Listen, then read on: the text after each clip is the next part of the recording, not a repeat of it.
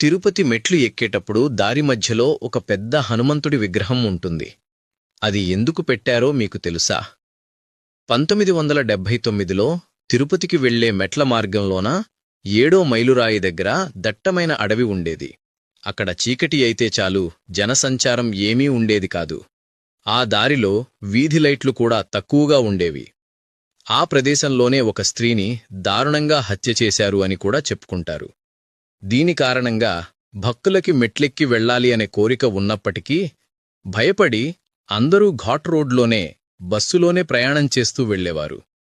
అలా కొన్ని నెలలు గడిచిన తరువాత కాలినడకన వచ్చే భక్తుల సంఖ్య క్రమంగా తగ్గిపోతూ ఉంది.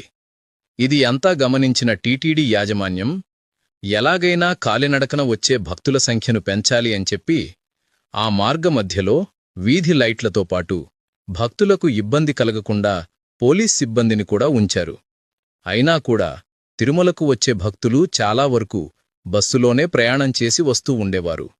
ఇలాంటి సమయంలో టీటీడీ ఎగ్జిక్యూటివ్ ఆఫీసర్గా పనిచేస్తున్న పీవీఆర్కే ప్రసాద్ గారు స్వామివారి దర్శనం కోసం కాలినడకన వచ్చే భక్తుల గుండెల్లో ధైర్యం నింపడం కోసం సరిగ్గా 7వ మైలురాయి దగ్గర ఆకాశాన్ని తాకుతుందా అని అనిపించేటట్టుగా ఒక హనుమంతుడి విగ్రహాన్ని 1980లో రూపొందించారు.